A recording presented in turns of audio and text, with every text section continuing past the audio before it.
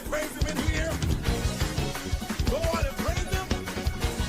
When you look back over your life and think about everything you've experienced, it was nothing but the favor of the Lord.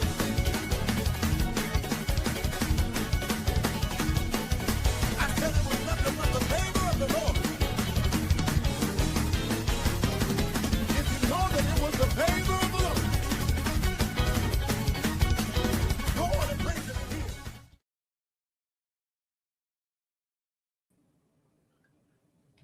Good God afternoon, people of God.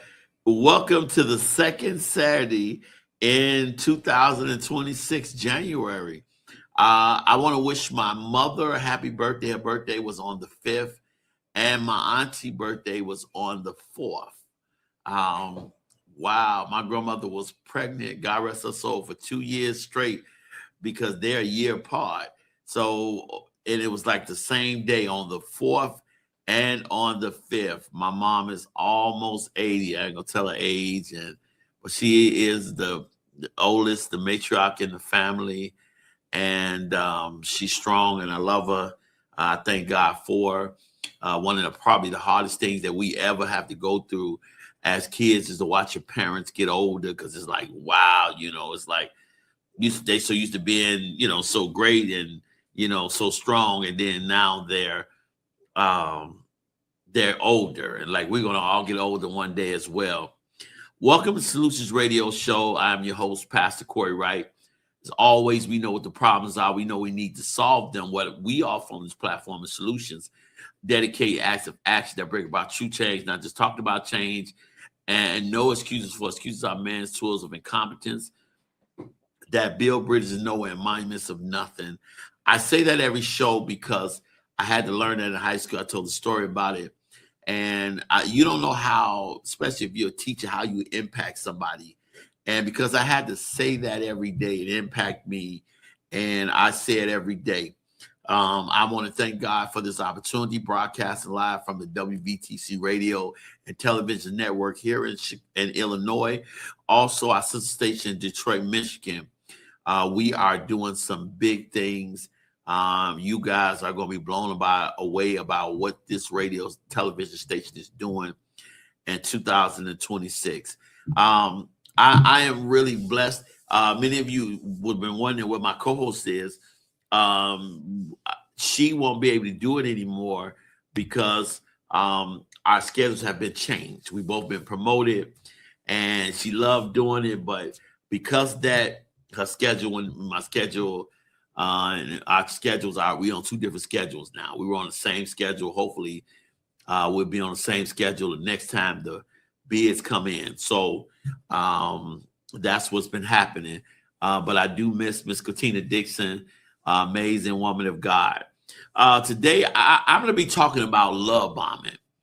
And I wanted to really do this show about love bombing because to me, I think we take love bombing and we take a lot of these sins out of control, or take it beyond what it really means or what it is, because we have gotten to be a society that is condoning talking to people any kind of way you want to. And if you are giving somebody a compliment, showing them accolades, blessing them for doing something outstanding, then you are love bombing them. I was dating this lady. Well, I wasn't dating her, but I was wanting to get to know her. But I admire her because of all the things she's done in life, all the things she survived in life, and because she is a beautiful woman doing extraordinary things. But she accused me of love bombing her. That I'm giving her compliments because I'm trying to get something and I'm trying to be with her. And it just infuriated me, because it's like, wow, are we that insecure, or are we that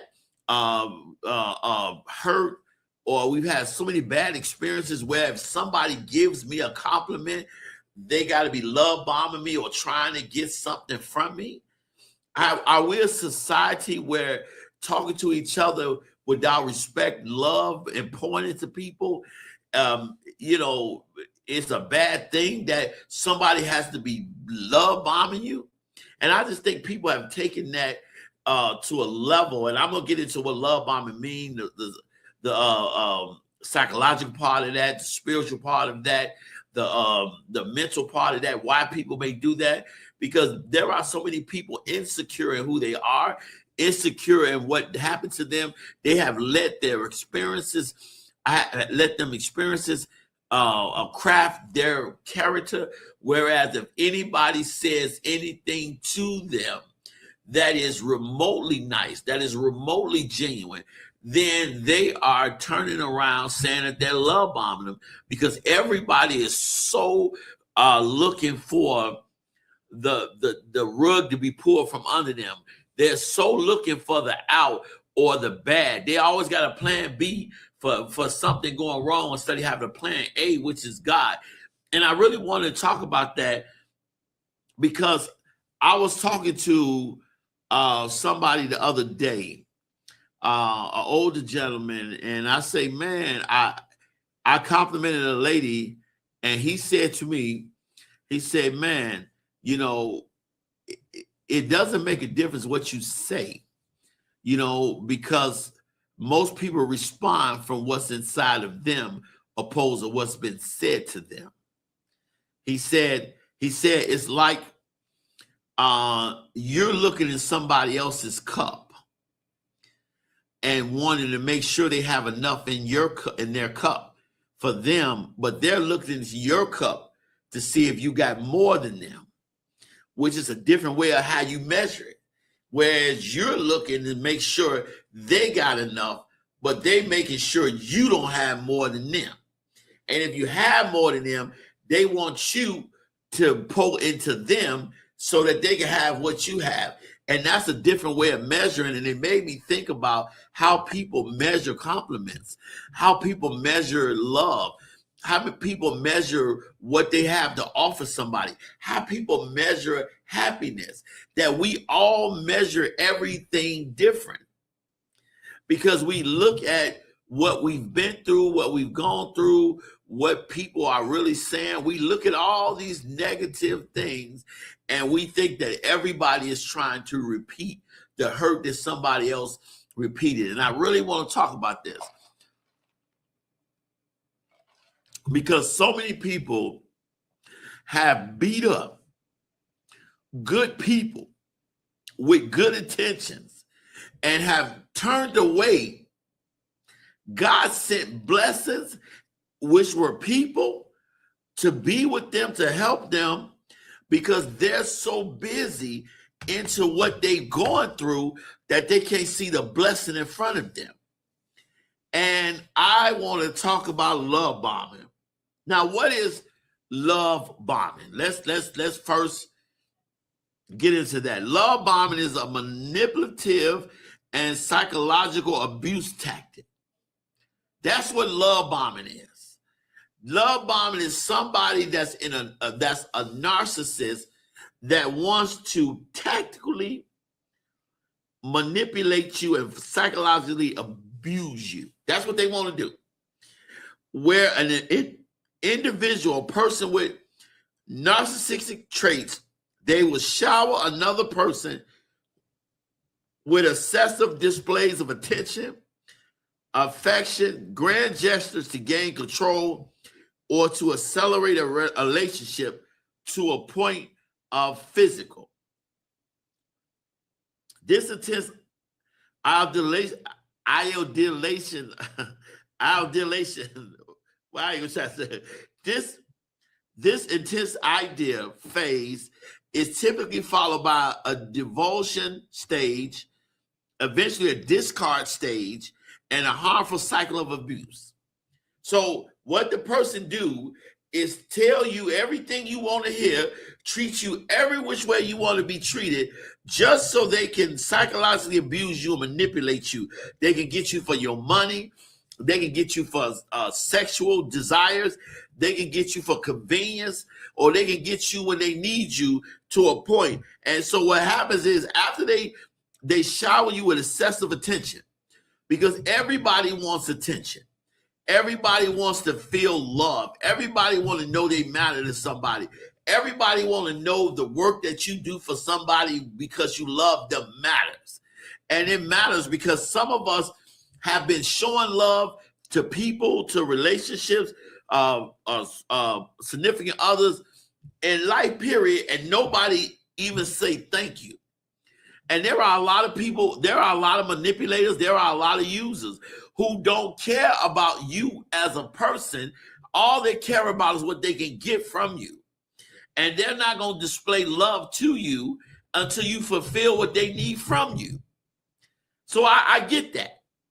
But they give you display attention and affection because everybody wants to feel comfortable. Everybody wants to feel love.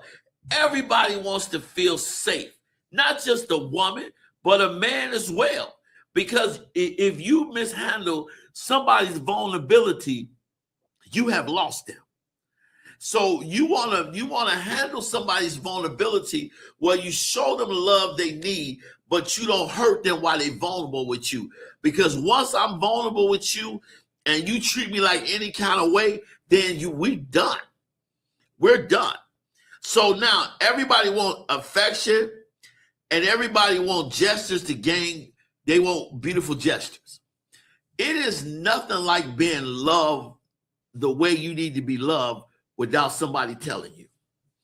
It is no feeling in the world for somebody to go out of their way just to put a smile on your face, just to show you they love you, to give up everything they got to lay it at your feet. How they used to say back in the day that there's a puddle of water and the man pull off his coat and throw it over the puddle of water and let the woman walk over it. See, it is something like, oh, I'm going to swim an ocean to make sure you good, or this is your special day and I want to show you the best time in your life. There is nothing wrong with that. But people sometimes do all that to gain control or accelerate a relationship. That's what they call love bombing. I'm just trying to get you. I'm gonna, let's rush everything so I can get you in bed and everything. And it's like that. And for me, it's not like that. Because right now, I'm asking God for a wife. I'm not asking God for a night. I'm not asking God for somebody. There was a position where I was in where I could have been physical with somebody. And I told them that this is not what I want. I want marriage. I want commitment. I want to be settled down. There are places where I could have been in physical places with somebody that I didn't do it because I know that me loving God and needing God more and doing what God wants of me is something I need, because lust has always been a part that the devil has used to defeat me. And once I defeated lust, I knew I wasn't going to fall again. I said that on my last show last week, because I understand that I have to change. And most people think what I said about resolutions, really resolutions, they're not coming up with something new. Sometimes it's stop being what you've been old. Not just coming up with something new. I got to stop doing the things that didn't hinder me. That's why when I said my motto is that I can't help nobody anymore until I help myself first. Till I'm done. Not till I help, but till I'm done helping myself first. Why? Because I put myself in positions to belittle or hurt myself trying to help somebody else. And then when I need help from them, they're nowhere around. They wouldn't do the same thing for me. The same thing about lust. So a lot of times this tense moments is followed by devaluation stage. I want to devalue you. I want to take everything from you. I want to take your money. I want to take your body.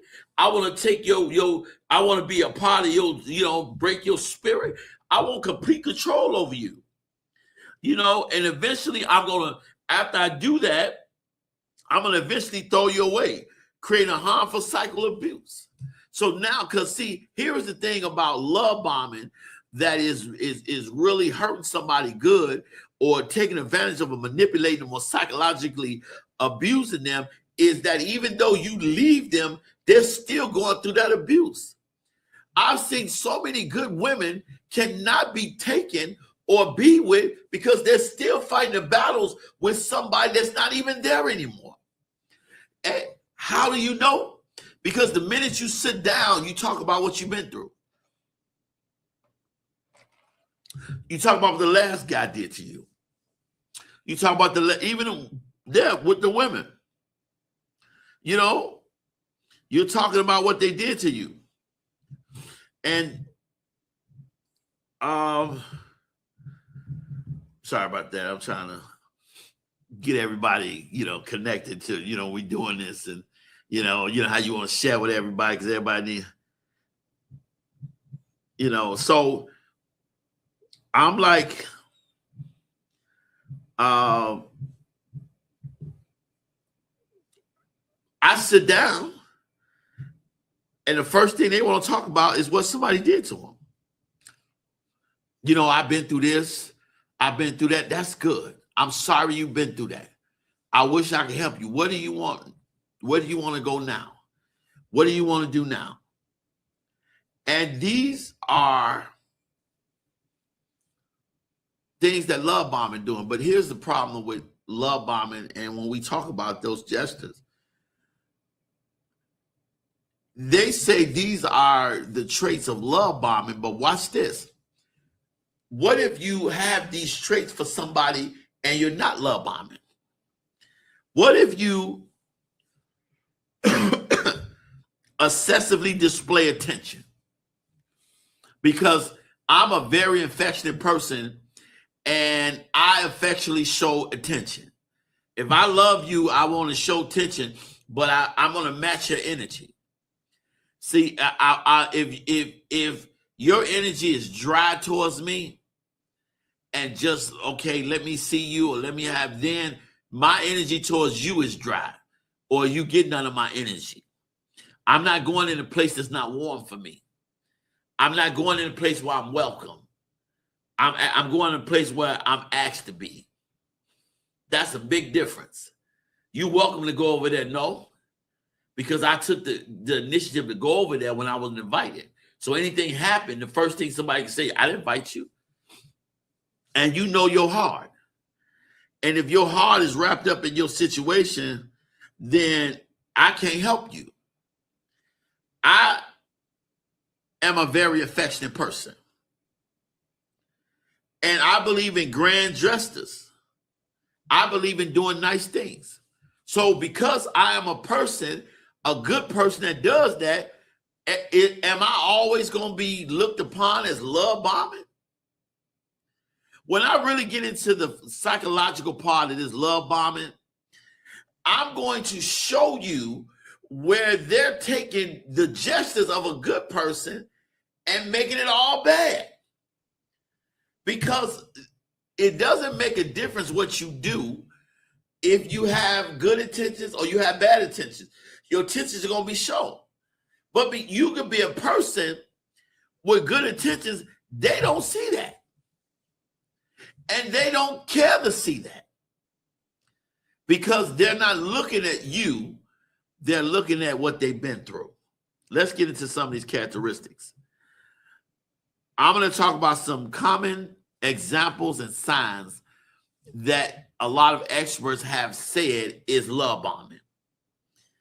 Now, most of these things, while initially attention and everything that they're doing is flattering and exciting, it becomes love bombing when the behavior is disproportionate to the stage of the relationship is used to being manipulated and controlled.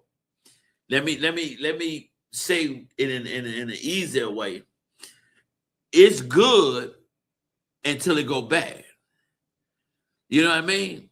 That's why most people say actions speak louder than words. But what happened is the bad start outweighing the good. The compliments become insults. The love and attention becomes, I can't see you. I'm too busy with my own life. And then eventually, once they got what they want from you, they disregard. One of the greatest things that my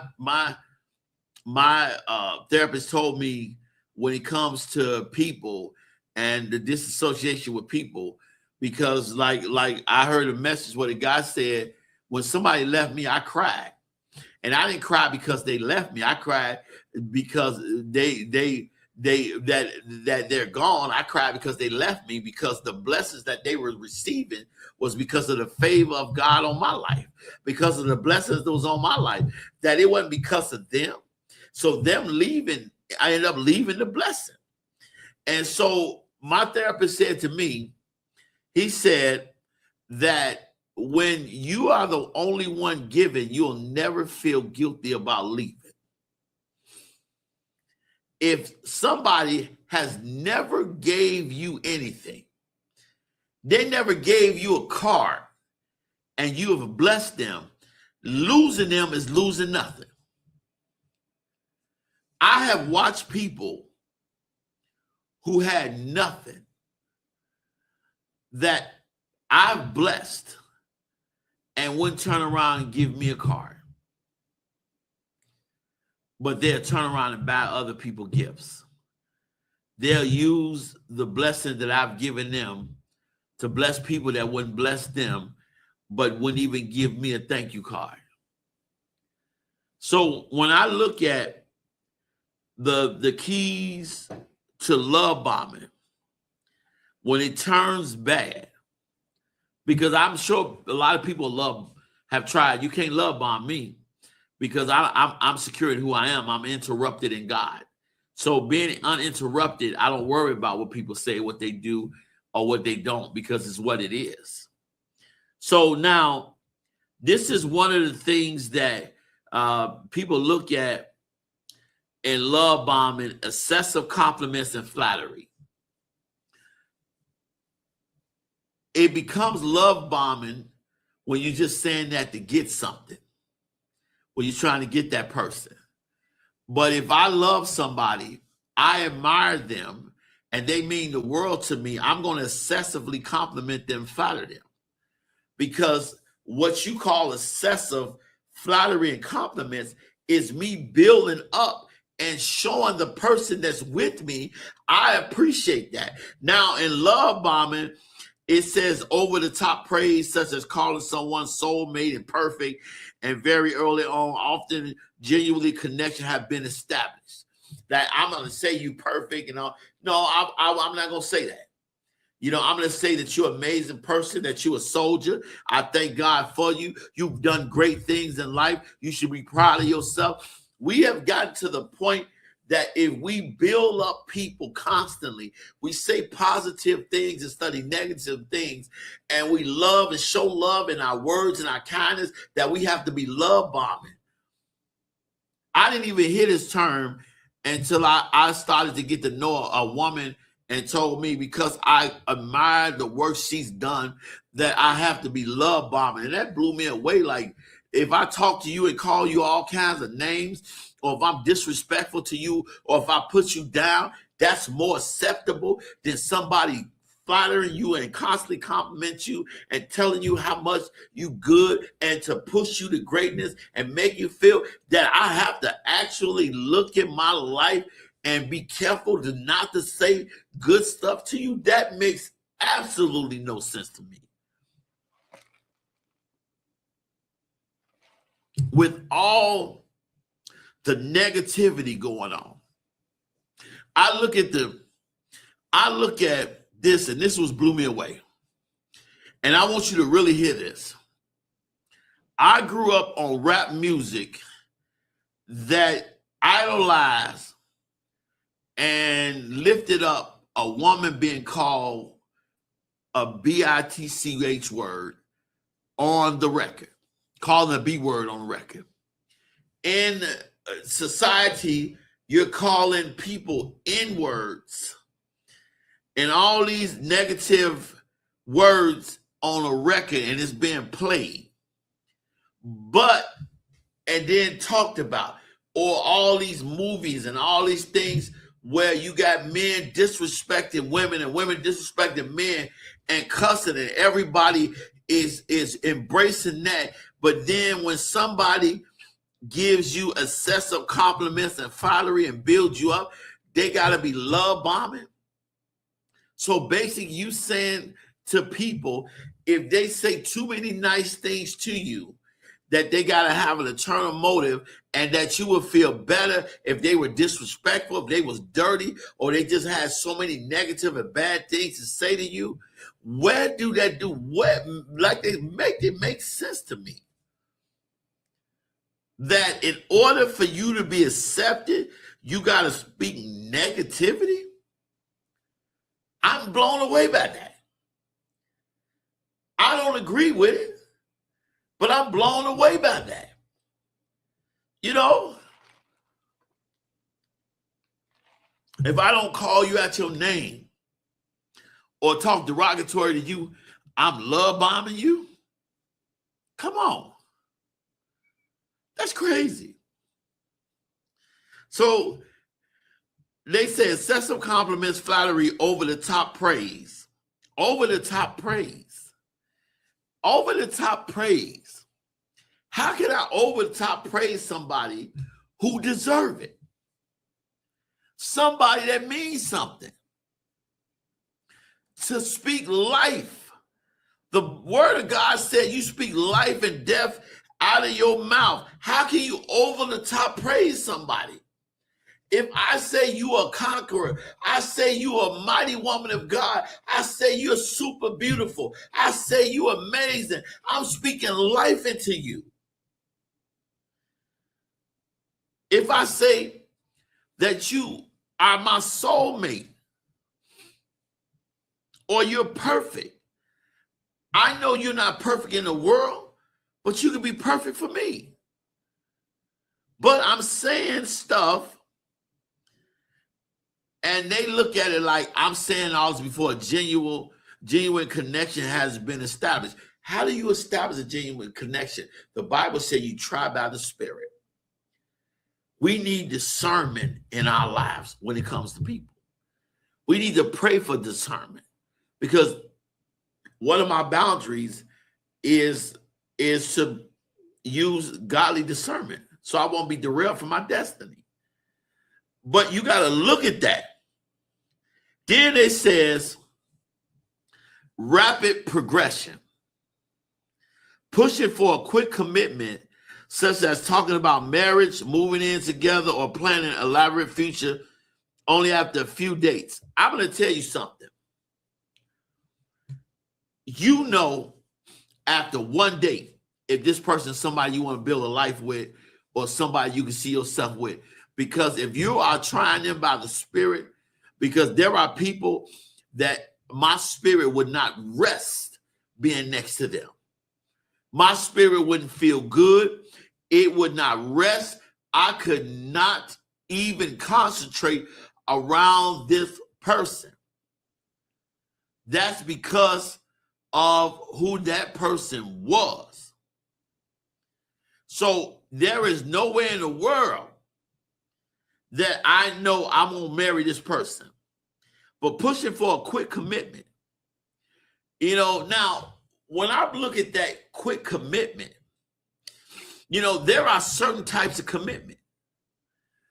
If I am dating you and I want to get to know you and start a relationship with you, I want you to be committed to the commitment that we're going to try this. That means if I'm dating you exclusively, and I'm committed to getting to know you, and if I no longer want to date you or date somebody else, then I'll just break it off and not leave you on. So I'm committed to the commitment. You know, I don't push for a commitment like, okay, marry me tomorrow, none, but I'm committed to getting to know you, because I want to know you're interested in pursuing me like I'm pursuing you, and that we're going to work together. But then they say moving in together. No, I don't want to move in together, or planning, or planning elaborate futures. But here is a problem with that, and I'm going to come from a man's perspective. Here is a problem with that, because everybody, many ladies, and I'm just going to be honest about it, because in 2026, I'm not holding back. I'm saying what I think. If you don't like it, you don't have to listen. But I'm going to say too many ladies involve men in their financial lives, but then they say they don't want commitment. Like, listen, I don't want the commitment of the relationship. I don't want to move too fast, but I want you to do everything that a boyfriend or a spouse or a significant other would do. I want you to listen to me, be there for me. I want you to help me out financially. I want you to go out of your way for me. I want to do everything I want you to do. But then when you start getting serious and catching feelings and want to move forward, no, I don't want to do that because we're just friends. But because of who I am, I have the right to take everything I want from you without giving you any commitment or anything. See, a lot of times we get this rapid progression twisted because many people want what they want from you without you. I'm not going to put any effort into you, show you love, treat you good. I just want you to help me out with my issues and problems. Because if I'm just a person to get to know you and you ain't into rapid progression, don't take progression from me.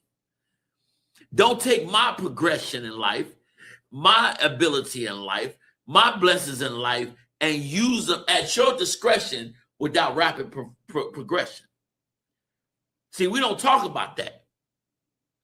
Oh, you want to push me into equipment, you want such as marriage and move in together and all this, and talk about, elaborate futures after one date, after a few days. No, I'm not. But if you want to take relationship benefits, you want to take the parts of the relationship that does not, that benefits you and bless you without commitment. Oh, I have a problem with that. And most men do. I heard a lady say, ain't nothing wrong with a man taking me to a fancy restaurant and say, for instance, the dinner was $1,000. If he want to get to know me, he can do that. He can do that. And I'm like, okay, he can do that, right? But what if he asks you to go home with him? Is he wrong? He asks you to go home with him.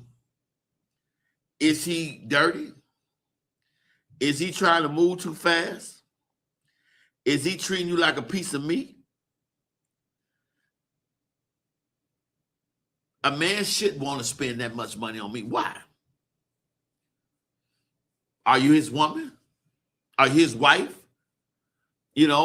Are you guys,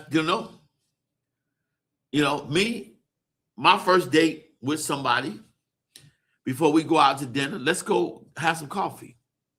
Let me feel your personality. Let me see who you are. You know what I mean?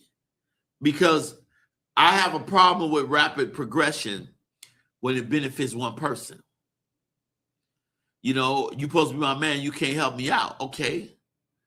But then when I start talking about more commitment and everything, you don't want to talk about that.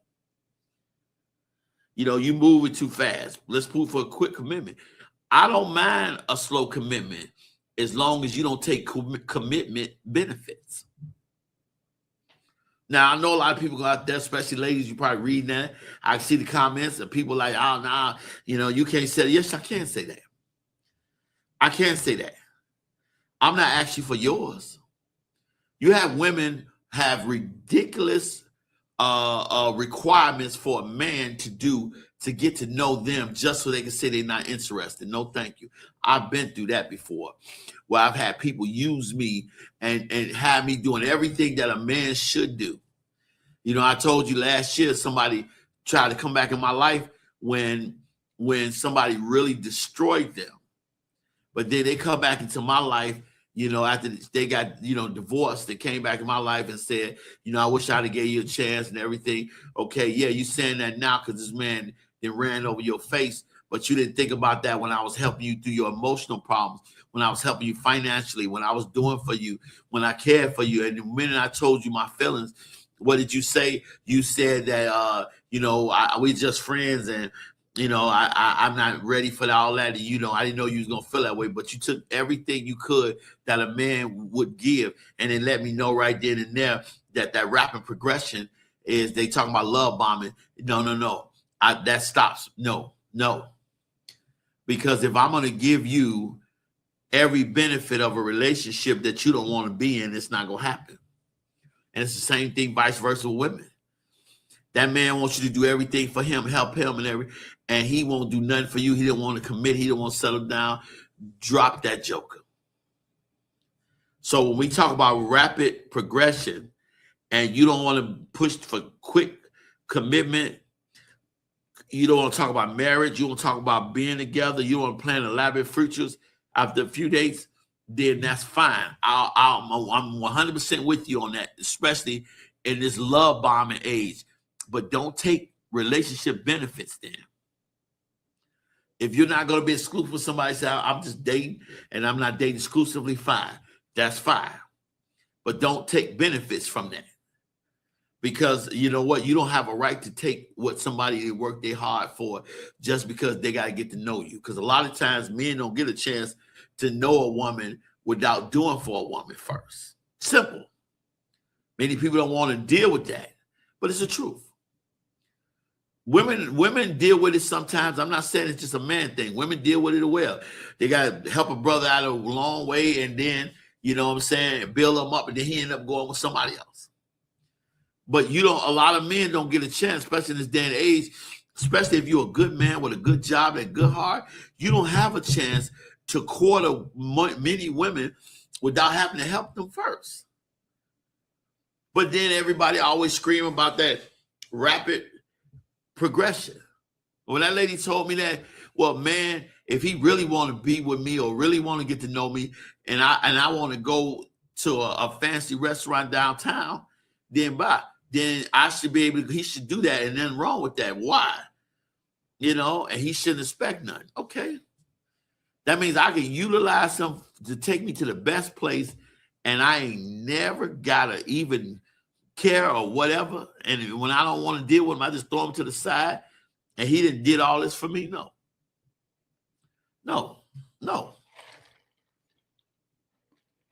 I see our sisters out there like, no. That's not right. That's not right. And then, so we dealt with excessive compliments and flattery, which I think is just pouring into it, but this love bombing situation. And then we felt with rapid progression. You know how I feel about that. Just explain how I feel about that. Because I believe we take as much time as we need to, but we don't take benefits without commitment. We don't take benefits without progression together, or talking about a future, or planning elaborate futures together. So we don't do that. We take as much time we take, but don't ask me to do duties as your man if I'm not going to be your man. Don't ask for benefits, that you want me to do for you, and I'm not with you. Not going to happen. Not going to happen.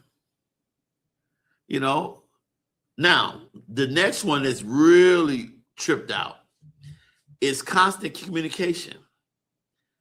Demanding to constantly contact through non-stop texting or calls, and getting upset if the recipient doesn't respond immediately. This is something that I kind of, I'm on the fence with this constant communication, because there are people that love to keep talking to you. A lot of times when I come home from work, I'm tired. I go to bed early. And most people that get on the phone with me want to manipulate. They don't want to let me off the phone. That's why I don't answer my phone often after work, because they don't want to let me off the phone. Somebody will call me and I'm giving them all type of hints that I don't want to be on the phone right now. Give me a break. And they still go on and on and on. Like, I understand sometimes we're lonely. I understand sometimes we going through stuff, especially as a pastor, as a leader. I know a lot of people that's going through stuff, they're dealing with stuff, and they need to talk. I understand that, and I get that. But you cannot bum rush people. Sometimes I don't want to talk.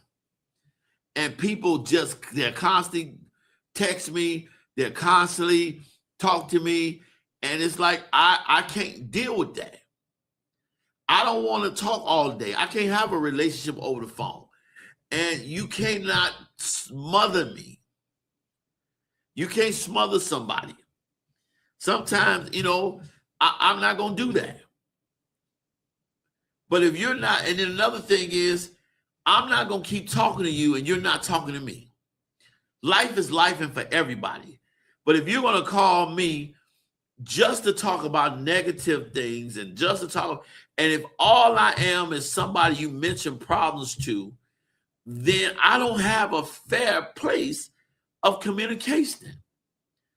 I have a place where you are in when you're in a bad place.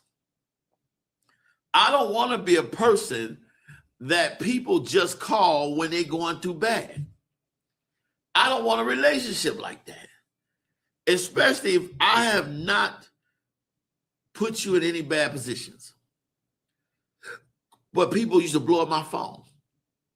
There was a point I was a 911 dispatcher, and I worked for police and fire, and I worked in AV. I worked a lot of 911 jobs, and it was like I'm talking all day on the phone, right? All day on the phone, and I get off and everybody want to talk to me about everything, and I'm steady trying to get off the phone. It was like I'm telling people, well, I'm relaxed, and they ain't gonna get it because they want to keep talking because they don't have anybody to talk to. And I'm trying everything I can to be like, hey, listen, I'm trying to get off the phone, or I'm just like, man, I don't want to talk all day. Oh, you act like you want to talk, you want this, and they go on and on and on and on and on. And there are some people who will talk for hours and hours, and they won't even realize. There are many times where I've had my phone and somebody talking, and I put them on speaker and just set it down and watch TV. And I ain't heard a word they said, because it's like, listen, I don't want to keep going on and on. I don't need constant communication. I don't need constant reassurance. I want to be considerate of you, because I would like a point whereas, if we're together, we're around each other, then fine. We will talk. We have to talk. Sometimes we can just chill, enjoy. But you can't get constant communication. And that's when everybody want to talk to you, or you're not responding immediately. What you doing? I'm at work. I have many people call me. What are you doing? I'm at work. What are you doing at home? I'm making my bed. I fall asleep early, but I make it my business. I don't answer my phone sometimes in the evening. Sometimes I just don't want to talk. I'm relaxing at home from a long day of work, and I make sure my mom is good, make sure everybody's good. I'm relaxing, and I don't want to go back and forth with people. I don't want to go on. I don't want to go in. I don't want to deal with that mess. I just don't want to do it. So if I don't want to do it, I'm not going to talk. And sometimes that seems to be a problem. People that is love bombing you want to always talk to you all the time. And then some people just want to talk to you all the time. If you gotta constantly communicate and get mad if I respond immediately, something wrong. Something wrong. And if my conversation is always a conversation of talking about the bad days, my communication is gonna be limited. Two things when it comes to my boundaries. I protect my energy. I'm gonna match good energy, and I'm not going to give my energy to bad energy. Simple. That's one of my boundaries. I talked about that last week. That's one of my boundaries. If your energy on the phone with me is to be one where you just won't let me get off, and you're gonna try to bomb me with everything at once, and you're gonna keep calling me, and you're gonna hear less from me.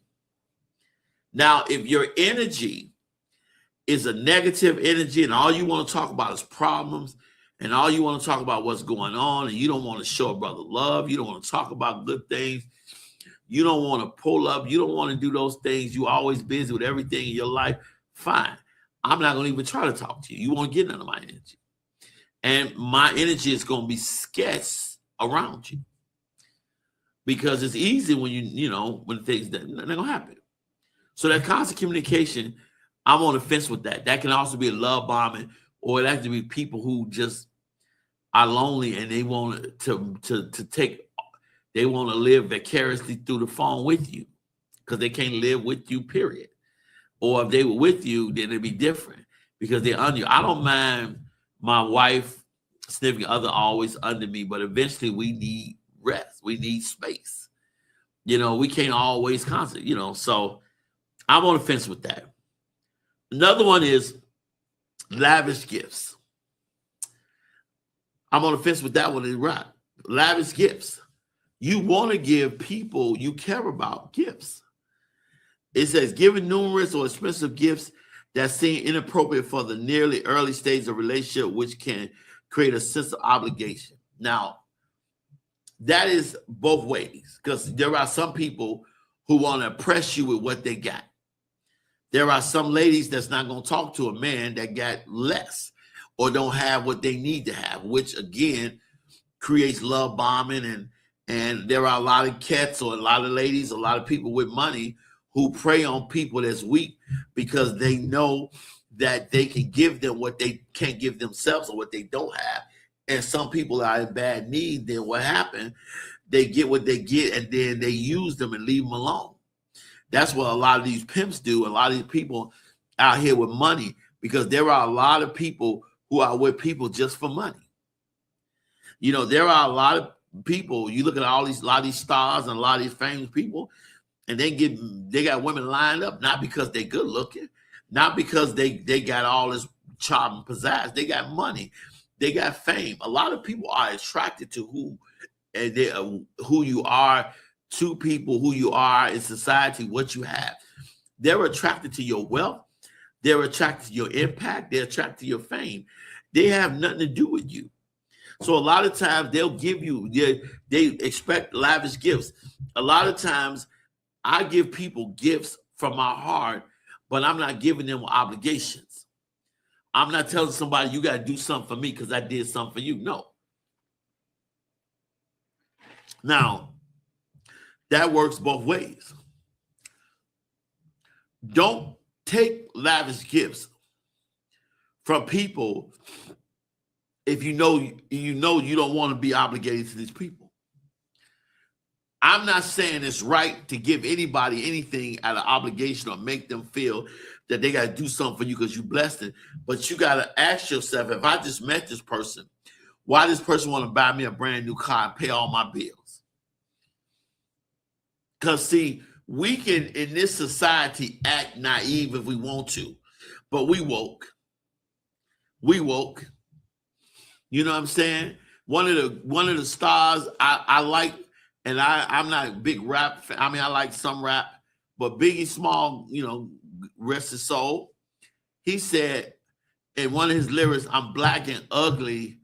However, I stay with Gucci down to my socks, rings, and watches filled with rocks." He already know that I'm getting these ladies not because I'm a good looking guy. I'm getting these ladies because I'm Biggie Smalls and I got money and I'm fame and everything.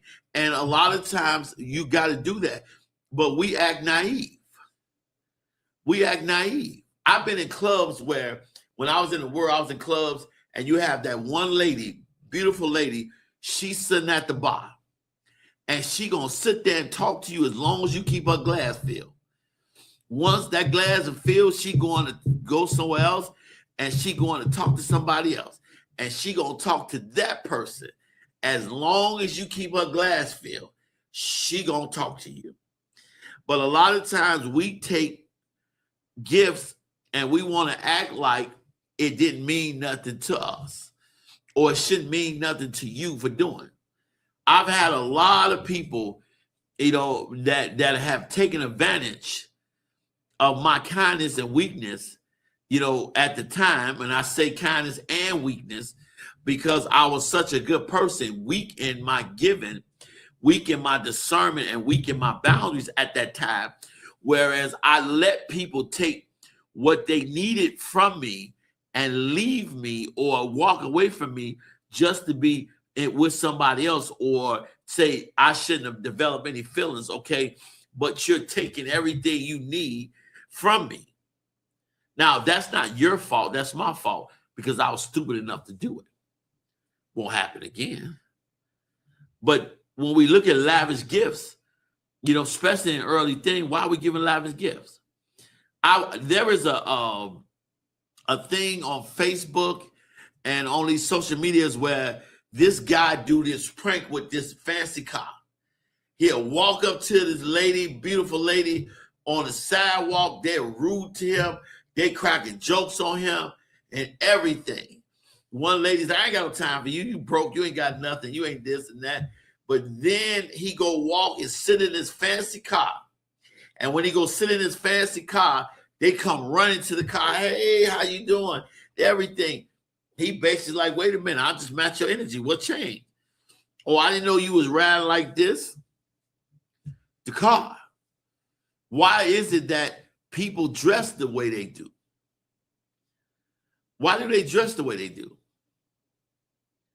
I remember, and I ain't gonna say his name on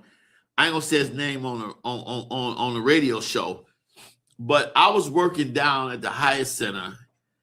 And one of the owners of the Hyatt Center's son, and these owners of the Hyatt Center is very rich family in the world. And I went out, we went to this place called the Shark Bar downtown, and he went with us and some of the guys from the job. And he basically like, it's all on me, and he could afford it because his father's a billionaire. And that makes him a billionaire, pretty much.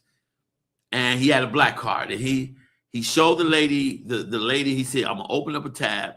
He showed the waitress. He said, here is my card. And here is my ID. You see my name. Please don't say my name when it's time to pay the bill.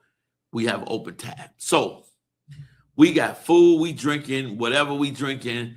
Some young ladies sitting down with us. He talking to a nice young lady. They talking to us. He's like, well, I'm an investor. These are my associates, and they investors too. And he said, don't worry about it. Whatever you want to eat, whatever you want to drink, you can drink. So obvious they knew he had money. And he said, don't worry about it, because they were ordering $100 bottles of big bottles of, they was ordering big stuff, and it didn't matter. And so the lady didn't want to go with him, didn't want to deal with him. She basically like, well, thank you, but no, I don't think so. But I really had a great time.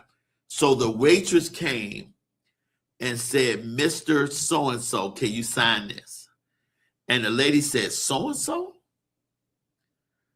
And she was like, yeah, what's his name is my father.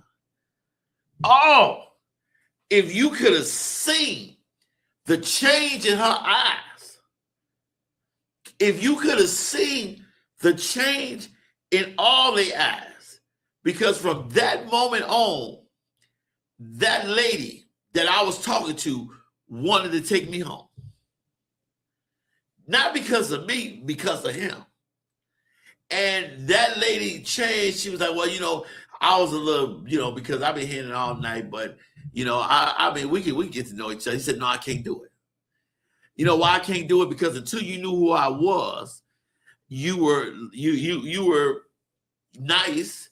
And I guess you figured that, okay, you're going to get a free drink and you're going to get a good time, and it's on me. So you're going to enjoy yourself and you're going to be nice and courteous. But once somebody change because they know who I am, I can't date them or deal with them. If people, because you will never know, you would never know who my father is because I'm not dressed like that. I don't look like that. So, but now that you've done, I have to look out for those that want to get pregnant and those that want to claim unfalseness. So I can't deal with that. And it blew me away because he said that this was happening. And she said, I have to say your name. It's my job. And he said, I understand. I don't want to, I never want people to use my name because I don't want people to look at me different. Because my father made sure that we lived a normal life. I didn't know my father was who he was and what he was worth and what he does until one day in 7th grade, a classmate did a report on my father. And that's when I went home and my father basically was like, this, that, this, that, this, and that. But he looked like a funky kid, funky guy that, you would never know he's worth all those, billions. And so when you think about lavish gifts, you have to understand that people got motives behind it. I don't. But I won't give people what I need for myself anymore. But if somebody's giving you these lavish gifts, they're doing it because they care. They're doing it because you mean something to them. They're doing it because now the bad people are doing it because they're trying to get you. The bad people are trying to get you in a position where you need them, where they own everything. So now you're committed to it. You have to watch lavish gifts. Another part of love bombing is isolation tactics, trying to monopolize the recipient's time and making them feel guilty for spending time with friends and family, gradually isolating them from their support system. There are a lot of people that do that because once somebody do all this to get you, and when you think about the Ike and Tina Turner, so what love got to do with it? He isolated her away from her family so he was able to abuse her. He isolated away from her family with money, with everything that was going on where she was alone. And a lot of people that's love bombing you or trying to get over you, monopolize you, your time and psychologically abuse you. They want you alone. And a lot of times, isolation tactics is always take up your time. And that's something for me that it ain't even just for love bombing, but people try to take up my time. Only when we're married, you have a right to take up my time. But at some point, you have to let me have time by myself. Because one of the things that I do when it comes to my kids, I have personal one-on-one time with each one of them, but I also have collective time. But I have time outside of family members and everything. So there's a time, even if I'm with somebody and we have a blended family, there will be times where I will have isolated one-on-one time with everyone. But I have isolated one-on-one time with my sons, my middle son, my oldest son, and my baby boy, where we're hanging. And we have that time, but we have collective time. But I have that time with them, but I cannot be in a place where I need all your time, all the time, every time.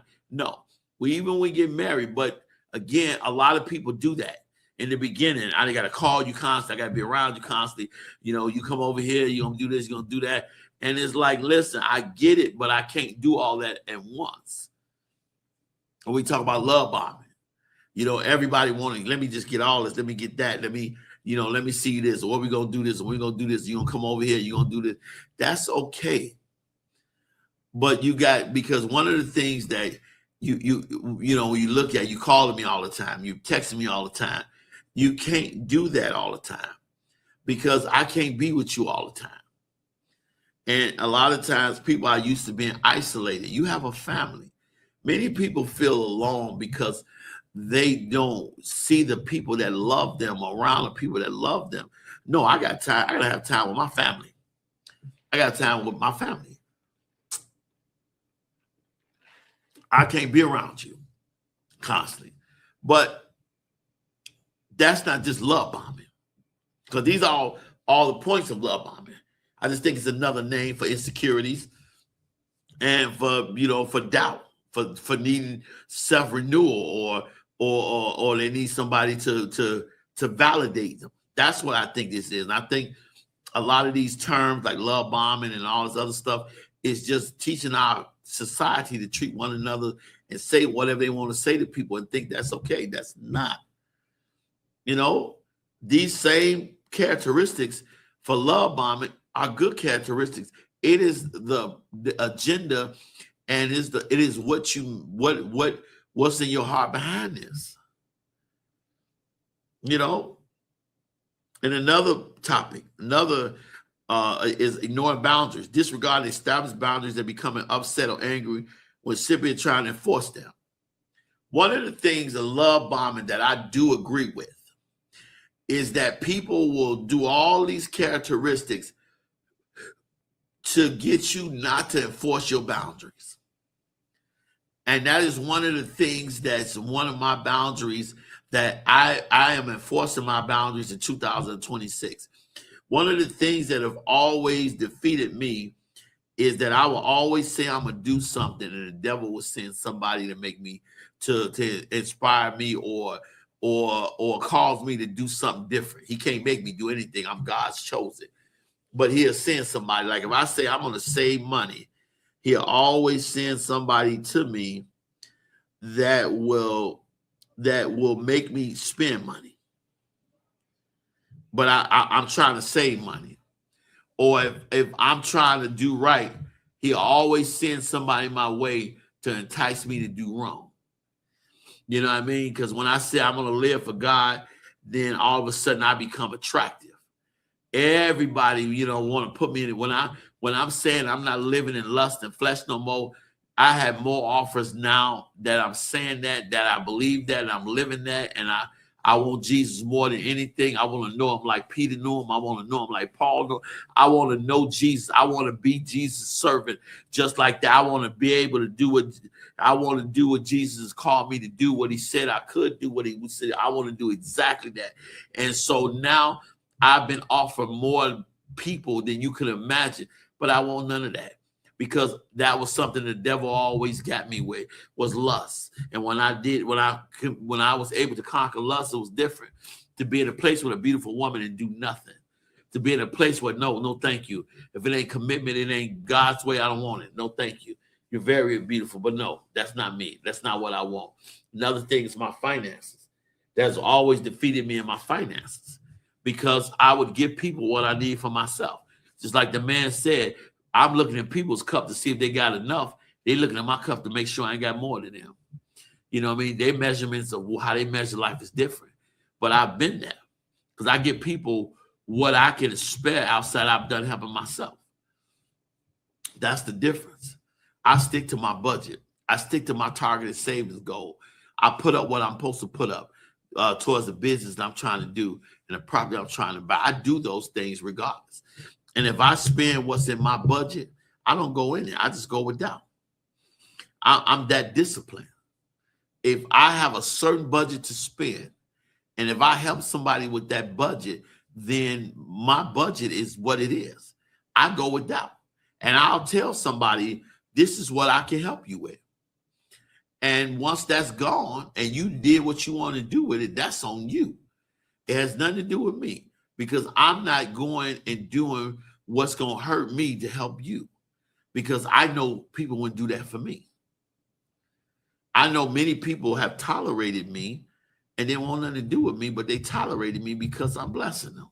They don't want to do with me. So when I look at that and I say to myself, anybody that's going to make me get angry about me enforcing my boundaries don't need to be in them. And I don't have to feel guilty about losing somebody that don't want me to enforce my boundaries, because most people I lose are the ones that use it. The people that bless me stay. The people that's taken from me leave. And I ain't got to get mad. People say, how can you do me wrong? I didn't do you wrong. I didn't do you wrong for two reasons. I didn't put you in no bad situation, and all I did was bless you while you was in your situation. So I left clean. You know, that's something I said last week. I leave clean. Tell me what I physically put you through. Tell me any amount of money that I cost you. And tell me what I didn't give you when I had it. I leave clean. My hands clean. That's the difference. Now, we talked about the manipulated action. Let's talk about the abuse cycle. Love bombing is often a phrase in a cycle of abuse, certainly associated with narcissistic abuse. This is where we want to get deep into it. Love bombing is narcissistic abuse. It is somebody who only care about them and self-centered, and they only want you for what you can do for them. One of the greatest narcissistic ways of love bombing is to always talk about yourself. If you have a conversation with somebody that's always talking about themselves, whether it's good or bad, everything they're going through, everything they believe, everything they do, everywhere they want to go, every place they're going to go, and always talking about them. If you're talking to a person who will never acknowledge you and never bless you, that's a narcissistic person, which breeds love bombing. That narcissistic abuse. Let's talk about that. The ideal of love bombing. The bomber creates an intense, seemingly perfect romance, making the victim feel special and loved. Most people use you to make you feel special and loved until they get in a place where they can treat you bad. That's love bombing. See, one thing about me, the people that say I love bomb you, I've never put you in a place to hurt you. I've only put you in a place to help you. It's a difference. The ideal of love bombing, the bomber creates an intense, seemingly perfect romance, making the victim feel special and loved. Then the devaluation. Once the victim is hooked, the abuser withdraws affection, becomes critical, moody, and demanding. They may use gaslighting tactics to make the victim doubt their own feelings and perception of reality. I've been there where I've had somebody hook me on them, make me feel love, and then withdraw their affection, become critical, moody, and demanding. All they want to do is talk about what they don't have. That's all they would. I ain't got no affection for you no more. And I'm critical. You could do this. Well, I believe that. Well, what are you doing? Well, how can you say what I could do when I'm doing better than you? But they're going to criticize you. They're going to make you feel good. They're going to become moody and demanding. I need this. Well, I don't have this. I'm this. Can you do this? And they may use gaslighting tactics to make you, well, if you did this, we would be better in this place. Or if you was more like this, then we'll be better together. Because they're using you. And then once they do that, the biggest abuse part is the disregard. If the victim tries to set boundaries or leave, the abuser may end the relationship abruptly, leaving the victim feeling confused, devalue, and blame them for the failure. The cycle may restart and renew love bombing to win the victim back. That's how they do it. I'm going to make you feel confused.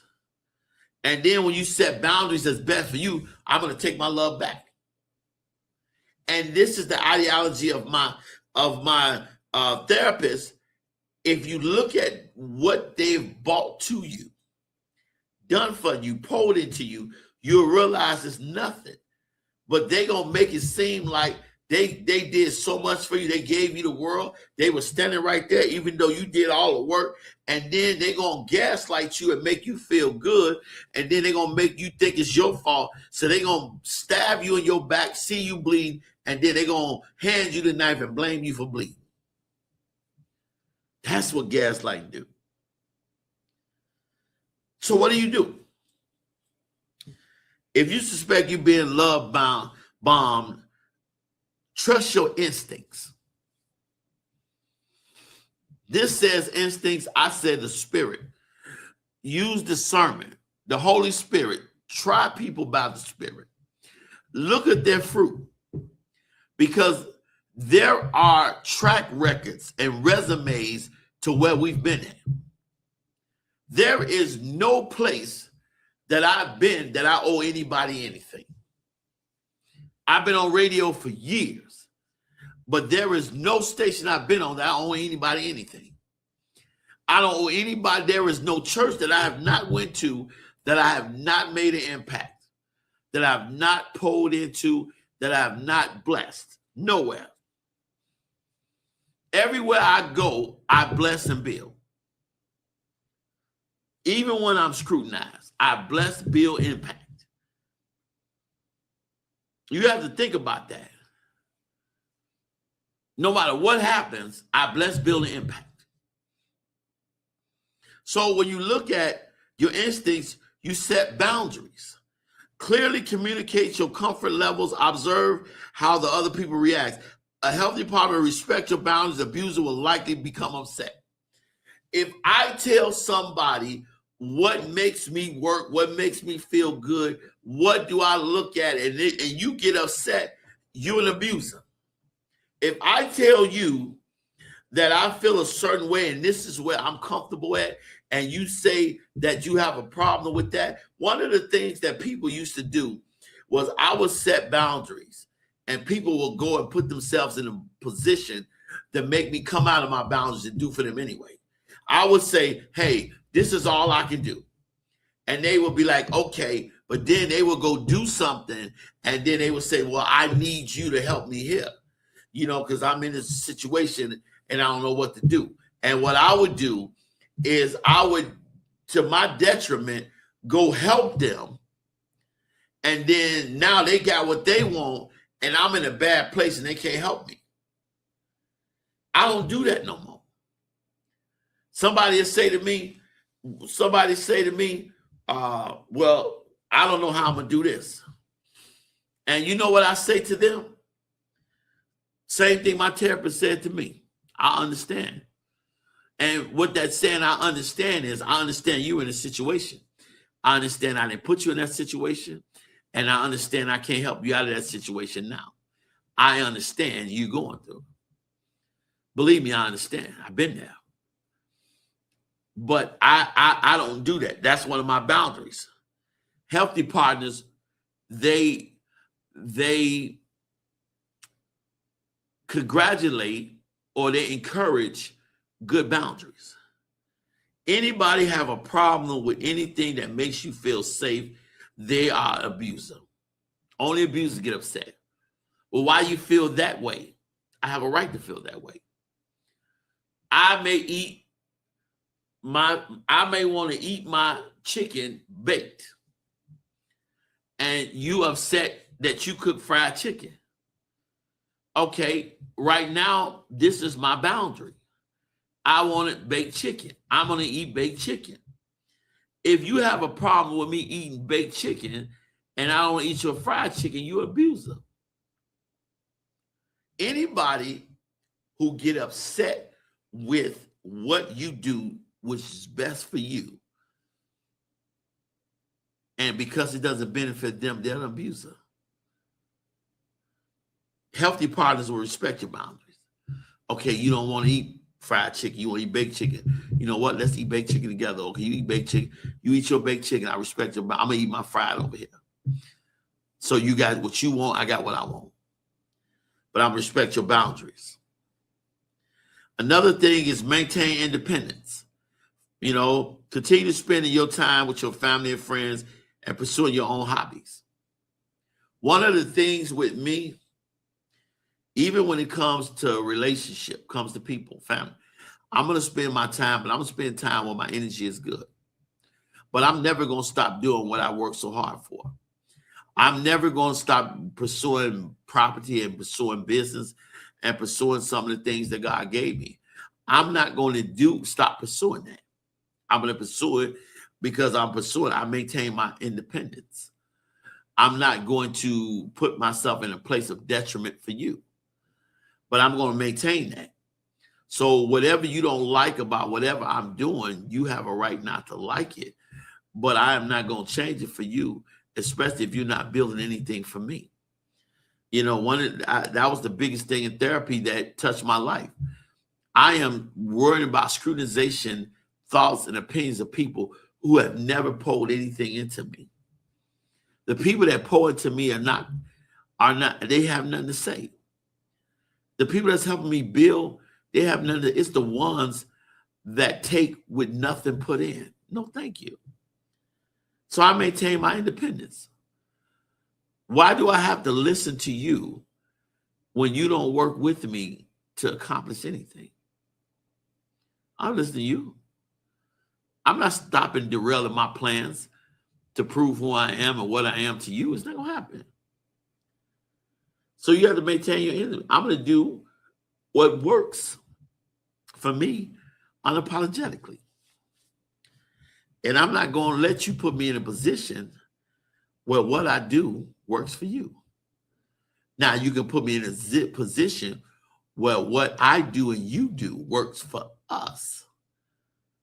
But if you're not in a position with me and I'm not in a position with you to do what works for us, then we're not in a good position.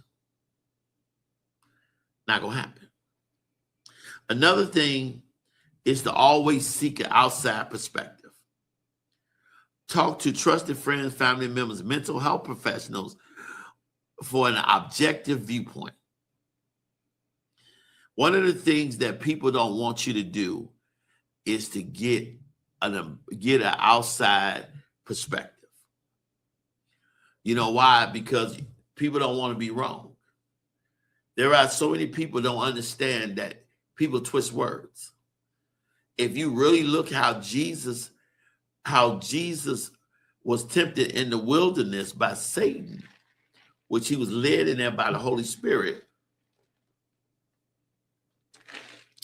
Satan twisted the word and Jesus repeated the correct word. That's the difference. And Satan had to flee. You have to get a professional's perspective.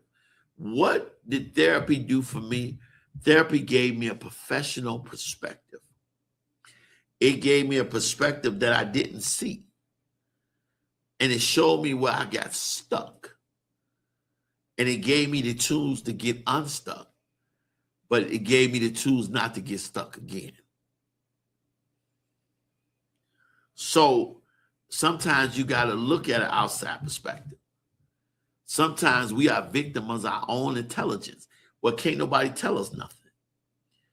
We are too busy crying about being victims of the world instead of being students, learning to do better in the world. I know God has so many amazing big things for me. I know that he has it. You know, I know that he has it. But I also know that this whole time was him getting me ready for what he has for me. You know,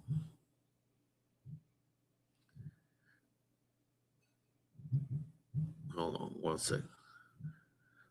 One second. People calling me, and I need to see I'm online. And so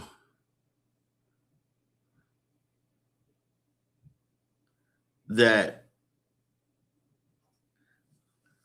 when we look at the outside perspective, and I really want to get this, is we don't know everything.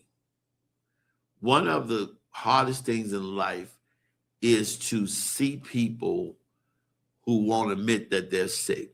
One of the major things in therapy was Dr. Thomas made me admit my feelings, admit my hurt, and deal with it. If you won't admit that you are something, if you won't admit that you're going through something, you won't admit that you've been through something, and you won't admit you need help from something, that something keeps growing. One of the things that you have to do so you won't feel that you love bomb is you have to get an outside perspective. If you want to know I'm love bombing you and I'm really who I say I am, look at my fruit. Look at what I've done. Look at who I am. I had a situation that I changed this lady's mind because she put me in a position where she was throwing herself. And I was feeling some kind of way. But I knew it was against God, and I knew I asked God for a certain thing, and I knew the devil wanted me to mess stuff up. I wasn't going to do it. I want you to get that. And I want you to also prioritize your safety. If you feel unsafe or you're struggling to leave a relationship, call the National Domestic Violence Hotline. Go to family members, go to friends. But prioritize your safety. Make sure you really understand what somebody's offering you, and especially if you think it's love bombing.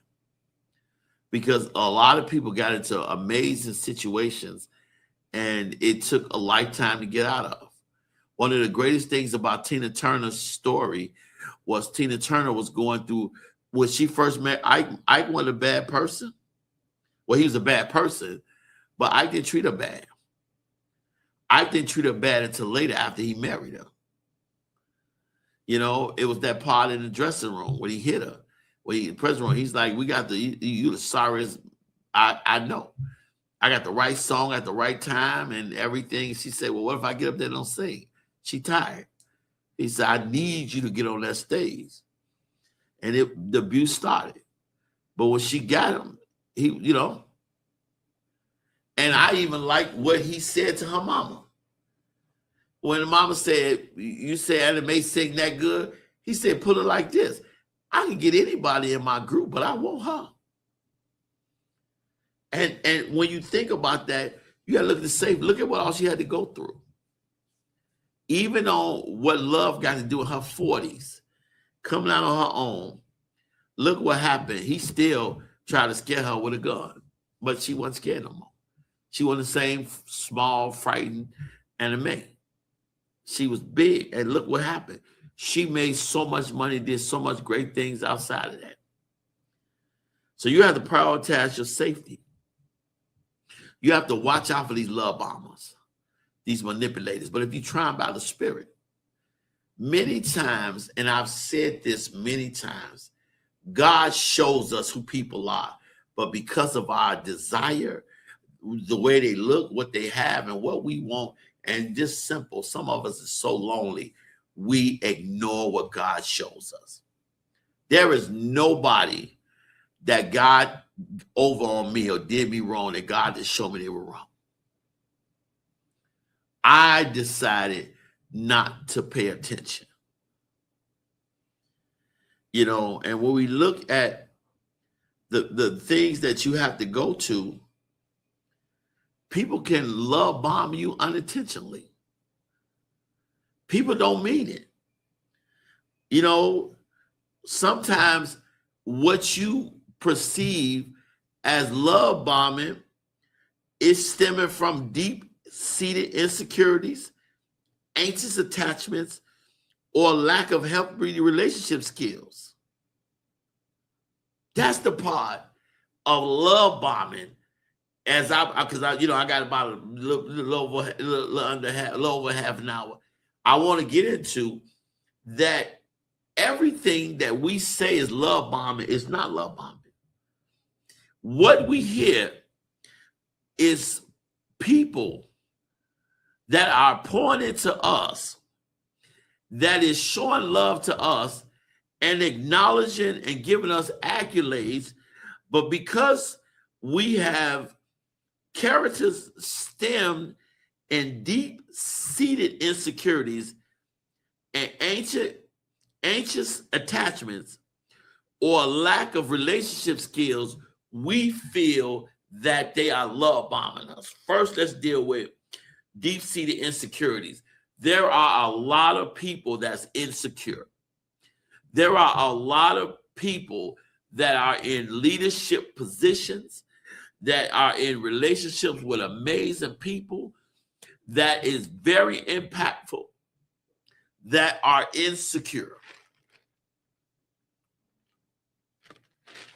And they don't just have insecurities, they have deep-seated insecurities. And some of those insecurities happen because they've been through some horrific things. They've been through some dirty things. And so they got deep-seated insecurities. Do you know, there are some people so insecure, my therapist was saying, is if you ever text somebody that got to get the last word, they got to get the last text. You can thank them for something or say you welcome or whatever. And okay, and that's it. They can say, well, you have a nice day. You too. And they're going to say bye. Like there are people literally that will not let me get the last word, even the last text. There are some people are so insecure, they will never. There are people that I have talked to that the minute you say something they don't like, their insecurities are so deep rooted, they'll never let you get another word in. Never let you get another word in. Insecurities. So any compliment is love bombing in them because they're insecure about themselves. They're insecure about their weight. They're insecure about their finances. They're insecure about their love. They're insecure about their faith. They got deep-seated insecurities. So love bombing to them is they don't understand it. Now, anxious attachments. There are stuff in life triggers that make us anxious. There are people who don't like being in rooms. They don't like being around people. They don't like to feel a certain way. They're anxious about it. They got anxious attachments. There are some things that people have been through that make them have bad feelings. They got anxious attachments. Sometimes kids make them feel a certain way. Sometimes that, their kids is already getting stuff and you with them and they got so much, they like, I'm tired of dealing with it. There are people with them anxious attachments that they anxious. They got that anxiety bad. They can't stay still. They always worried about it. I got to get out. You got to get me out. There are people anxious. When you meet them, they want you out. They want out of this situation. They don't care. Get me out of this situation. You love me. You want to be with me. I need you to get me out of this situation. Get me out overnight. They're anxious. They can't even sleep at night. And then there are some people just lack healthy relationship skills. Some people don't know how to talk to people. Some people don't know how to treat people. Some people don't have respect. Everybody want to overtalk you. Everybody want to go in on you. Everybody want to treat you like whatever they need, like you ain't nobody, but they need you. Nobody have good relationship skills. That's why people keep going through relationships after relationship after relationship. There are some people keep leaving. Why do people keep leaving? Because again, you don't know how, you don't have good relationship skills. Some people are gorgeous, beautiful. Some you may have men who are handsome, who's very creative, or who's successful, but they don't have good relationship skills.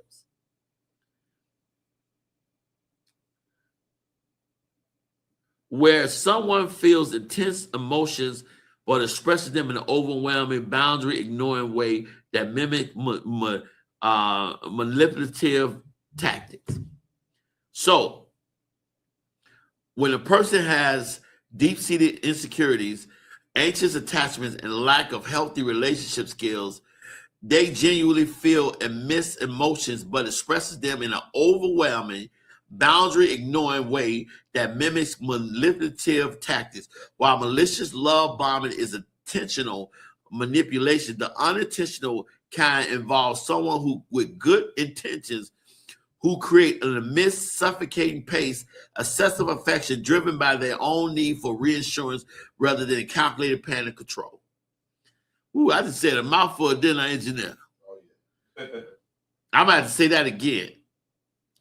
That what happens is that when a person is doing it that has deep-seated insecurities, anxious attachments, and a lack of healthy relationships, they're genuinely feeling intense emotions but express them in an overwhelming, boundary-ignoring way that mimics manipulative tactics.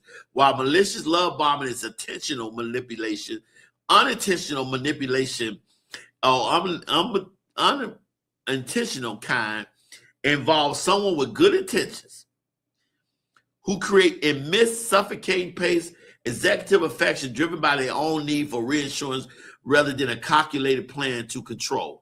What happens is love bombing can be unintentional when you're doing all this because you need reassurance. When you always calling somebody because you need reassurance they're interested in you.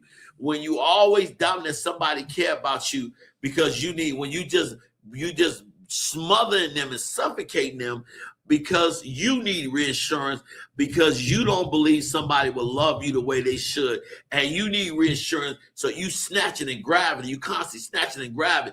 That is love. That is unintentional love bombing. You never heard that, because you're doing that because you overwhelming. You know, you overwhelming, but expresses them in an overwhelming way, which mimics the manipulative tactics. So there are some people who are lonely, love hard, but they don't believe in themselves and they don't have a good place because they have, again, deep-seated insecurities, anxious attachments, and a lack of healthy relationship skills. All they do is smother what they want. And then they overwhelm them. Let me do this for you. Let me do that for you. Let me love you. You don't love me. You don't care about me. You don't spend time with me. I want to be with you. You don't want to be with me. You see how you do this? And it's always a problem. That is unintentional love bombing. Wow. You never heard that. You've heard of intentional love bombing, manipulation, but you got unintentional. Most people don't get that. Well, I need a man to always be there for me when I need him, and I need a man to spend more time with me, and I need this. No. No. You can't love somebody and care about them when you don't smother them. Always want them to tell you something, or you keep going through all your problems and you're constantly wanting reassurance. That's love bombing, unintentional. If I have to keep on reassuring you every day that I want to be with you, I got to keep reassuring you that I want you every day. I got to keep doing this constantly every single day. That is unintentional love bombing. If you got to be under me constantly, if you got to do everything in an overwhelming way, and you got to be all up on me all the time, everywhere we go, that is unintentional love bombing. And this is the last point, because I'm going to talk about, and I might recap a little bit, but I want to really talk about this. Let me ask you a question. And this is the most serious question of this radio show, because I pray it bless you. Please like, love, and share. Send this to everybody.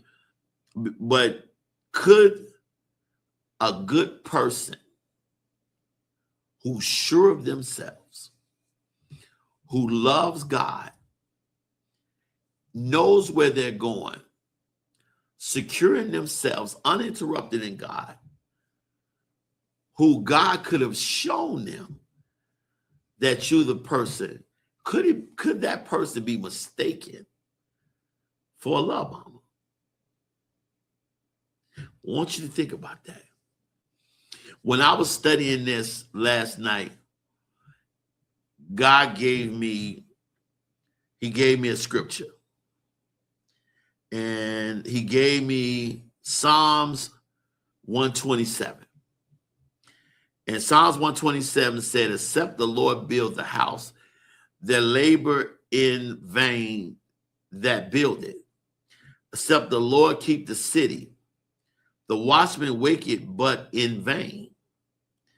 It is vain for you to rise up early and sit up late, to eat the bread of the sorrows, and so he giveth his beloved sleep. Lo, children are heritage of the Lord, and the fruit of the womb of his reward. As arrows are in the hand of the mighty men, so are children of the youth. Happy is the man who has quiver full of them. They shall not be ashamed, but they shall speak with the enemies in the gate. God is saying, if you build your house without him, you're laboring in vain. That's for all those church leaders and people. If you're doing your work, and you could be doing valid work, you could be preaching you could be doing great work, but if you're doing it without God, you're building it in vain. If you're watching over the city of God's people, and you waketh, but in vain, it doesn't mean nothing. It is in vain for you to rise up early, to sit up late, to eat the bread of sorrows, so he giveth his beloved sleep. You're getting up early and you stand up late dealing with sorrow because you have not built or gave what it is to God you're supposed to. Because when you really give it to God, doing it for God, you sleep well. When you're uninterrupted in God, you sleep well. So when I ask the question, can a good God-fearing man or woman who know who they are and know who God and know what God showed them? Because I have a friend who I did a radio show with, who's going to be back on my show, when we were 21. Now, I'm 52 now, so it's been a long time. He met his wife and married her on the same day he met her. And not only do they got a bunch of kids, they happy, and I've never seen them upset. They have been happy and in love. Were he loving bombing her? Or did they know that God said it was? Some people don't believe in love at first sight. I do. Is that love bombing? Could it be that there are secure men and women of God who God has shown you, who tried you by your spirit and watch your fruit and know from day one that it is you they're supposed to be with? I answered that question. I said, yes. Genuine enthusiasm and good intention can absolutely be mistaken for love bombing, especially in the early dating stages, because both involve, watch this, immense affection, but the key difference lies in the intent, pace, and consistency.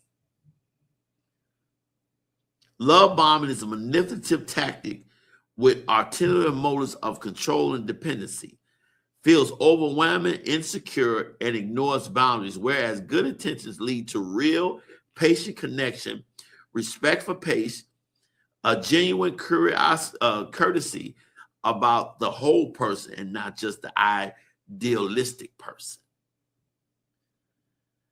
Many of us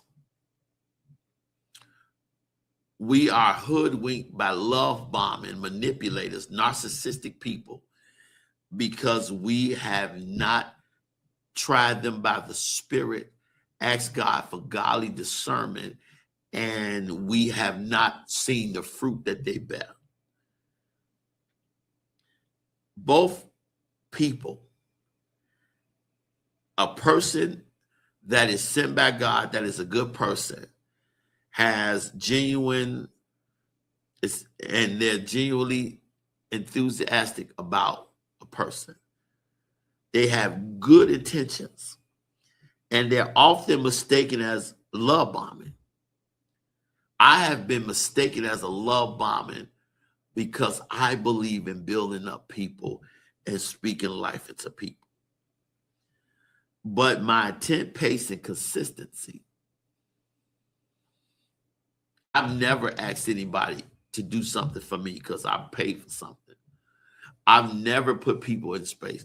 Matter of fact, I had to stop responding to some people because last year I had people who would never, ever check on me, see how I'm doing or anything, but they would inbox me for money. Can you help me with this? Can you bless me with this? Can you bless this foundation? Can you do this?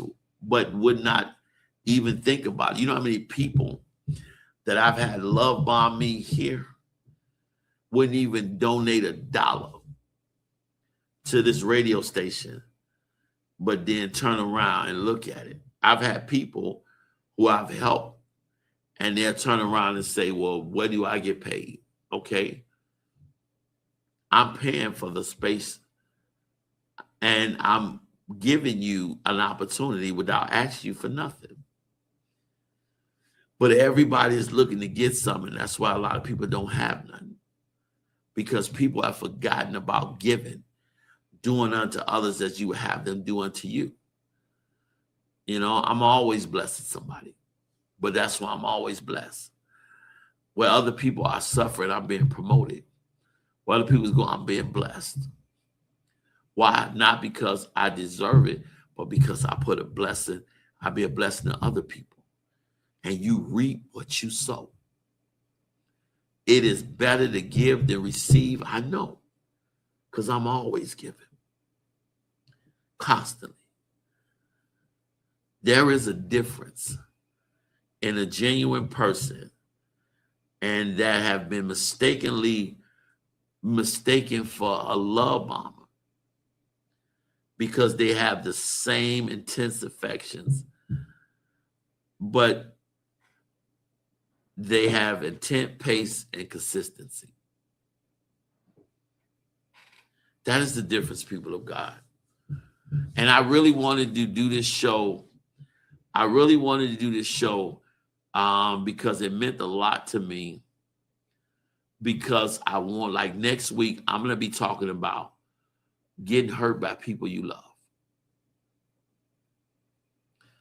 I'm going to be talking about people that you love, because it's easy to accept when the enemy hurts you because they're your enemy. But it hurts when your enemy becomes your enemy after being the one you love.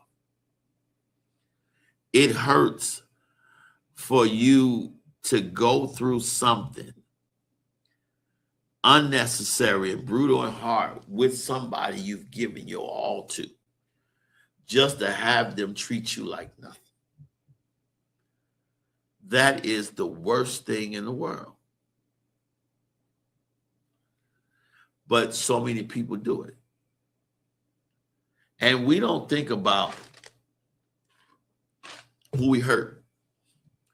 Because one of the greatest aspects of that show is the fact that you're hurting people whose favor on their life is keeping you above, who's faithful above water, whose favor on their life is blessing you with the happiness you have. Some of you all are crying because you lost irreplaceable God-sent people that had an anointing and a light on their life that is benefiting your life, and you didn't realize that. I have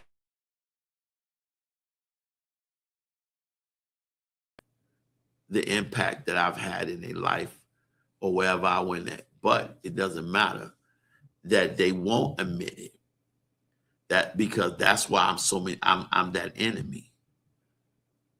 You know, Dr. Thomas said something to me, my therapist. He said the greatest confirmation you have is how somebody tried to dilute you and downgrade you. Because if losing something bad was really bad to lose, you wouldn't want to lose it. But when you lose something bad, you're glad to lose something bad. He said, name the last time, or ask yourself, when was the last time you wondered about the trash you took out? I wonder where that trash is. I wonder if they burnt the trash yet. I wonder if I can call the city disposable people and say, hey, what did y'all do with that trash? What's the process of the trash? No, you don't. When you take out trash and you put it in the garbage can, either in front of your house or behind your house, and they empty that trash, you never think about that trash again. So if you are thinking about trash, it's because that wasn't trash. That meant something. But you're not going to say it meant something, because thinking about it as trash helps you deal with the loss. Many people in life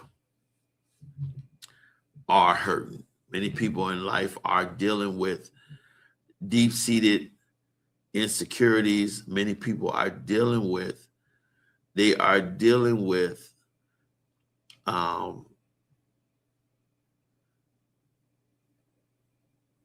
anxiety attachments. They are dealing with a place where they don't have great relationship skills. And there is help for this. A lot of this that's in our character has been taught through hurt and pain, through bad experiences. We've dealt with this. And we're trying to call everything love bombing. We should speak more life into people. If I love you, I should tell you I love you every day. I should show you I love you every day. But I should give you and feed you good words. There is no limit on flattery and complimentary if you truly love somebody. There is no boundary, or there is no limit on progression. Sometimes two good people together would rapidly progress because they're in tune with each other. And God never said blessings take long. And you should be in constant communication with your love person you love in a relationship or marriage, but not to the point where you need to be reassured everything or get mad at them and can't respond. Sometimes I'm at work. And if I love you, I'm in a relationship with you, I shouldn't worry about, I should give you lavish gifts. And I should try to isolate you or ignore your boundaries. That's what love and respect is about. You know? And that's the thing that we got to get. You know? Love bombing to me, it's a legitimate view. It has an emotional and a psychological abuse and, manipulative ways. I agree. But everybody that loves you, pour into you, and put great words are not love bombing you. You will never know if somebody's telling the truth if you can't feel their spirit. That's why I said try by the spirit. We serve God in what? Spirit and truth. Because it's truth in the spirit, not in the flesh. It's spirit. But we make it about flesh. My shows are going to whole nother levels this year.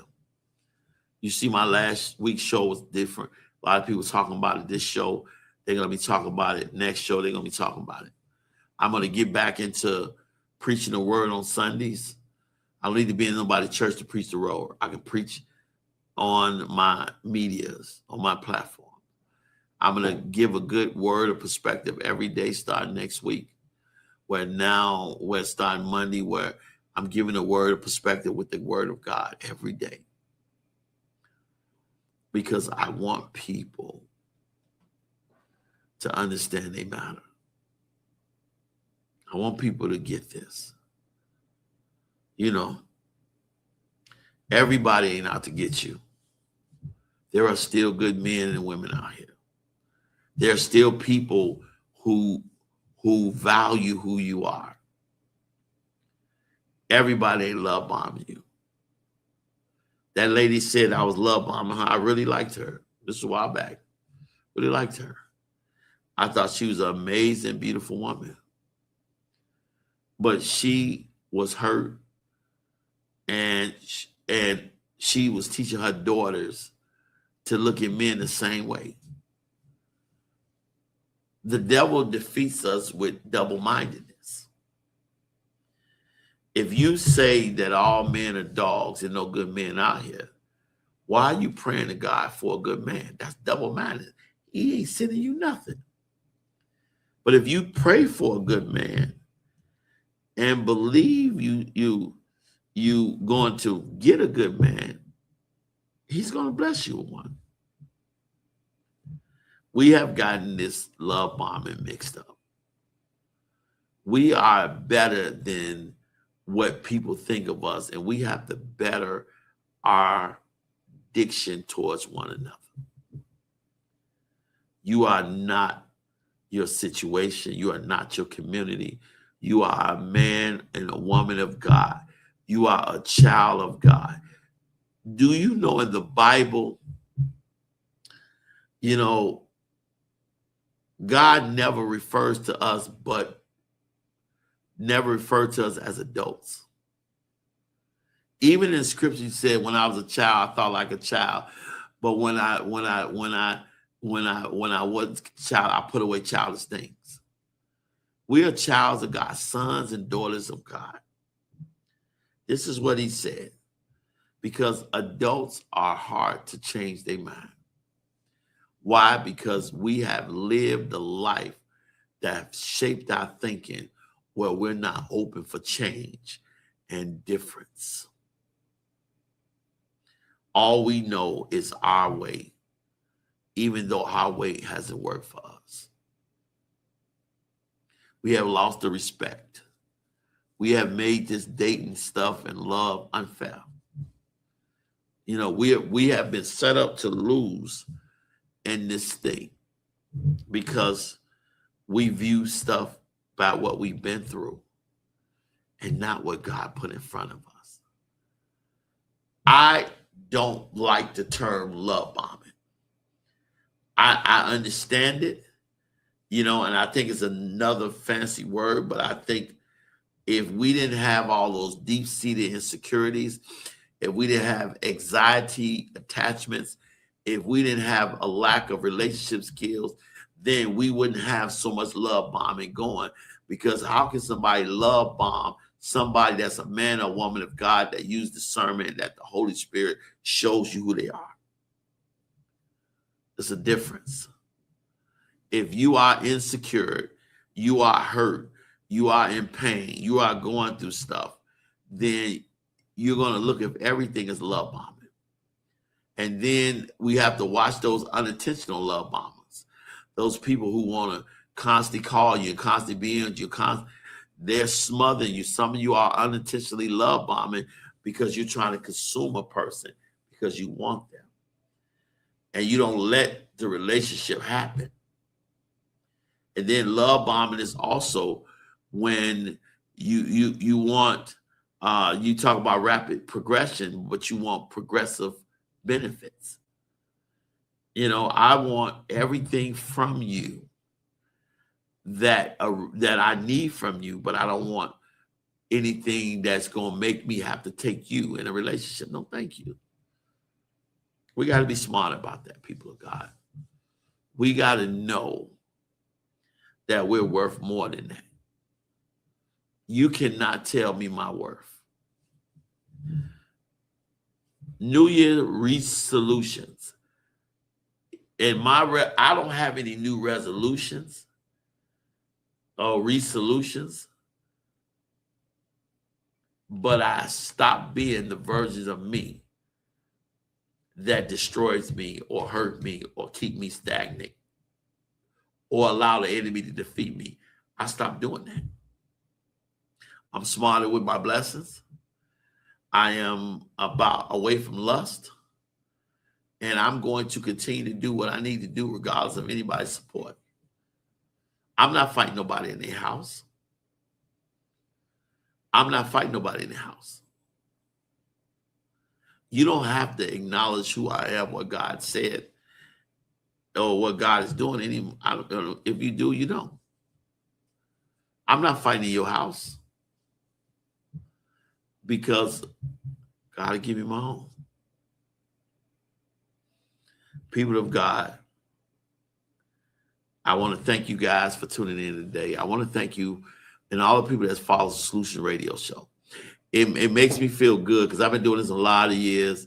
And I said to myself, I'm going to give my all for the next 6 months in a strong manner. I'm going to give the shows that I've never given in 6 months. Then I'm going to make a decision from there when it comes to radio if I'm going to continue. But from January to June, I am going to pursue radio with everything I got and try to get in a place where, that I am making a living from radio. And I gave myself 6 months to do so. If I'm not where I should be in 6 months of radio, then I'm probably going to, rethink doing radio because I've given myself 6 months. I love radio, but I understand that I need to be doing it for a living. And that's what my goal is, to be on mainstream radio, where I'm on radio station, FM radio station or whatever, or that I'm every day making a living in radio. So I'm going to give it a strong 6 months. And then I'm going to reassess radio and everything I'm doing in radio. And that's my goal when it comes to radio. So if I haven't made any progress in 6 months towards that, then I know that I have to go a different direction in radio. Much as I love it, you can see I can talk 2 hours, 3 hours, 4 hours with no problem. One of the guys from a couple of other hosts say, man, you can talk 2 hours effortless. Yes, I can. That's just what I do. I love to talk. I love to preach. I love to teach. I love to talk. So I understand that when it comes to doing this, but I want to make a living at this. I want to be the greatest radio personality I can be. So people of God, I pray that this show blessed you. I pray that you got a different perspective of love bombing.